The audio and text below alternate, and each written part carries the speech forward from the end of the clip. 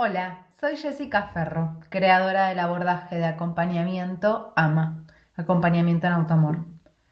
Cartas a quien pretende es una serie de textos viscerales que se entraman con diferentes relatos de mi vida.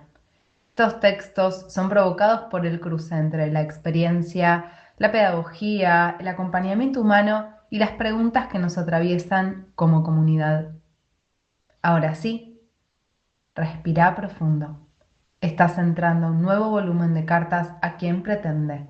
Hoy, acompañar. No sé exactamente cuándo empecé a acompañar, pero sí sé cuándo empecé a buscar ayuda.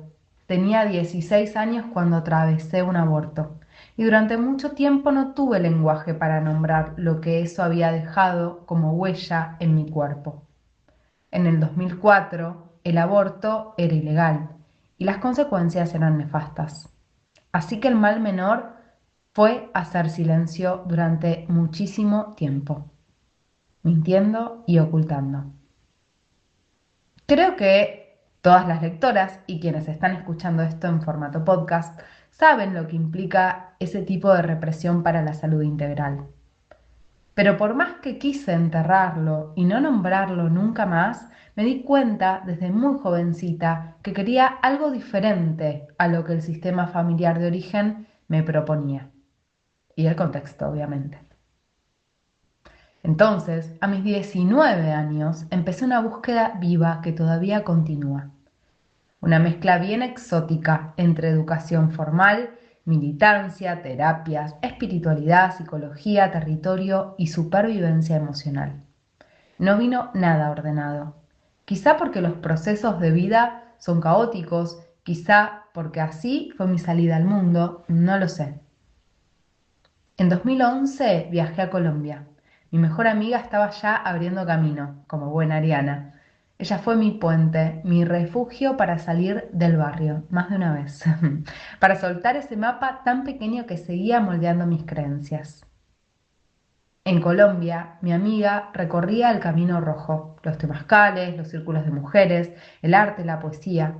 Vivimos con un grupo de estudiantes que además hacían circo.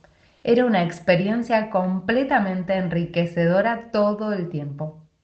Así fue como el temazcal llegó a mi vida, un espacio ceremonial para volver al útero, para tener la posibilidad de renacer, mi primera experiencia renacedora. Dentro de una de estas experiencias llega un temazcal específico de mujeres, donde se me ofreció el huevo de obsidiana como instancia de sanación uterina. Imagínense el contexto. Sola en Colombia, con mi mejor amiga, con el deseo de sanar en lo más profundo del alma y específicamente el deseo de sanar el útero posaborto. Pensé que era una excelente idea sumergirme en esa práctica junto con otras que traían como base lo ancestral. Ahí encontré un nuevo refugio para mi alma, el de recordar. La sangre menstrual es sagrada, mi útero tiene memoria, es el centro de poder, es el centro de mi poder. Soy cíclica, puedo registrar y vivir a mi propio ritmo. Todo ese poder y despliegue que sin dudas es de las experiencias más amorosas y expansivas de mi vida, vino también con un contraste muy fuerte y el huevo obsidiana en ese contexto fue parte de ese contraste. Porque muchas de las mujeres que me acompañaron en ese momento me daban rituales sin encuadre, sin acompañamiento sostenido, incluso promoviendo una idea de sanación que algún día iba a llegar. En algunos de estos espacios fui revictimizada y retraumatizada. La carga de la intensidad simbólica no venía acompañada de propuestas que me ayudaran a metabolizar lo que se abría. Entonces caminé mucho, pedí ayuda y me fui horrorizada de muchísimos espacios. Tengo tantas historias para contarles, pero bueno, sigamos. Hubo un momento en el que me encontré con una terapeuta que, habitando algo tan simple como el no juicio, me abrió un escenario donde pude por primera vez ordenar mi historia. No fue de un día para el otro. Fue un proceso largo, muy comprometido. Y ahí entendí algo que no se me fue nunca más. El problema no fueron las herramientas, sino la ausencia de encuadre y la falta de compromiso para sostener un proceso. Con los años, quizás unos 10, empecé a crear el sistema que hoy comparto con una premisa muy simple y profunda. La sanación es el proceso de estar viva. Desde que nacemos hasta que partimos, estamos en un estado vivo de sanación. Los espacios holísticos traen consigo muchas veces una secuela sintomática compleja, una carga de la New Age, que para mí ya es una Old Age. Pero bueno, que perpetúa este contraste. La apropiación cultural, la falta de respeto por prácticas ancestrales, descontextualización, perfos no situadas. Está lleno de perfo.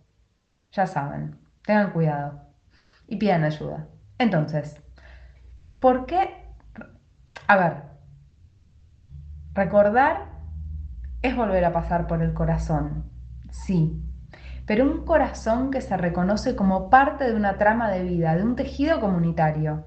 Y eso no puede hacerse en soledad. Todo bien, pero no puede hacerse en soledad poniéndose plumas.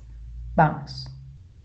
Frases que circulan hoy como verdades absolutas, vos creas tu realidad, todo depende de tu vibración, vibras bajo, vibras alto, si te pasa lo que te pasó es porque lo atrajiste, pueden convertirse entre un bypass espiritual, una especie de atajo, una forma de no mirar. No necesariamente por mala intención, sino por falta, principalmente creo yo, de profundidad. Una vez más, el problema no son las frases, es cómo nos acercamos a las personas, a los procesos vivos, a los procesos misteriosos que desconocemos. A ver, ese bypass emocional y espiritual genera consecuencias que tarde o temprano vuelven. Un positivismo tóxico solo promueve negación del trauma, negación de la desigualdad, negación de la historia, negación del dolor. Y ahí cualquier abordaje se vuelve peligroso, porque una persona vulnerable no necesita que le expliquen por qué se creó su sufrimiento, necesita un vínculo lo suficientemente seguro para no atravesarlo en soledad. Y vuelvo a algo que me resulta clave. Acumular cursos holísticos no vuelve a nadie acompañante. Holístico significa totalidad, viene del griego holos, lo entero. Y sin embargo, muchas veces terminamos fragmentándonos más. Un poquito de constelaciones, un poco de respiración consciente, un poco de energía, un poco de trauma, un poco de coaching, un poco de chamanismo y la lista puede seguir. ¿Dónde está la integración? ¿Dónde está la trama de trabajo, el trabajo en red? Al mismo tiempo, los espacios más institucionales reaccionan con desprecio hacia lo espiritual o hacia las prácticas holísticas, olvidando que la historia de la psiquiatría y del propio psicoanálisis también está atravesado por violencia, patologización y encierro. La desmanicomialización no nació por generosidad médica, nació por lucha política. Entonces muchas veces podemos quedar atrapados en una falsa elección, o lo científico o lo espiritual. Y aquí, en este espacio, vuelvo a compartirles mi experiencia. Mi formación fue híbrida, territorial, incompleta, contradictoria. Aprendí tanto limpiando un cuerpo en crisis como sentada en análisis, tanto en la facu como en cursos cortos, tanto en un círculo de mujeres como leyendo teoría crítica latinoamericana. Por eso, acompañamiento en autoamor no intenta reemplazar nada, nace como una posible tercera vía, un espacio donde lo clínico, lo comunitario y lo simbólico pueden dialogar sin negarse mutuamente. Porque acompañar no es aplicar técnicas, es poder sostener la complejidad sin simplificarla, ni hablar sin menospreciarla. Saber que a veces la espiritualidad regula, a veces retraumatiza, a veces abre procesos que necesitan años de escucha e integración. Y entonces vuelve la pregunta, ¿por qué elegís acompañar procesos humanos? ¿Para qué? ¿Para quién? Sin integración, el acompañamiento se vuelve performático y sin encuadre, incluso el amor puede hacer daño. Hoy desconfío de quien promete sanar rápido, de quien nunca deriva, de quien cree tener respuestas para todo. Tal vez acompañar empiece cuando dejamos de buscar ser guía y aceptamos algo mucho más humilde, estar presentes sin apropiarnos del proceso del otro. Gracias por llegar hasta acá.